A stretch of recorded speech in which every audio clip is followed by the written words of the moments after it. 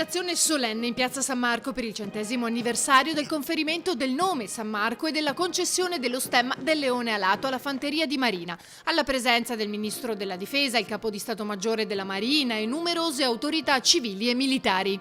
Quella della San Marco è una storia tutta da scoprire, ma soprattutto da divulgare, non soltanto per le sue peculiarità di impiego militare, ma anche per il grande valore e l'autentico impegno dei suoi uomini e delle sue donne, che ancora oggi portano sulle loro uniformi il leone di Venezia.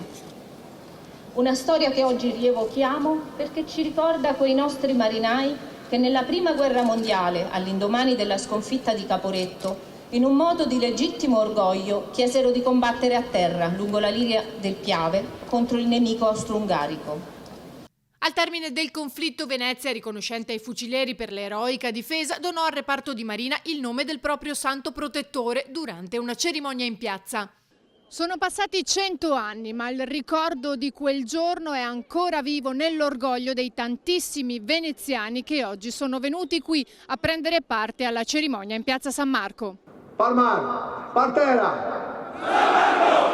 E non l'avevamo neanche preparata. Da nave San Marco a piazza San Marco, dalla brigata marina San Marco a piazza San Marco, quindi un collegamento stretto per poter effettuare attività anfibie, garantire la sicurezza marittima, garantire le capacità di boarding, garantire la protezione degli interessi nazionali, garantire la protezione della pesca, garantire la protezione delle nostre infrastrutture critiche. Essere presenti anche in caso di pubbliche calamità, quindi è un ruolo a 360 gradi, dobbiamo ringraziare i nostri fanti di Marina che con il loro senso di appartenenza, spirito di servizio e abnegazione consentono di conseguire questo. La difesa e la giustizia, due valori fondamentali, ha detto il sindaco Brugnaro, ricordando l'inaugurazione della piazzetta di quartiere Pertini a Mestre. Perché poi per riuscire a contrastare il crimine, la delinquenza, ma anche per fare sicurezza, in questo caso in mare, ci vogliono attrezzature sempre più all'avanguardia, perché quando qualcuno parla di taglio alle spese militari non sa cosa sta dicendo. Dobbiamo fare del nostro esercito, delle nostre forze armate, ma anche delle nostre forze dell'ordine,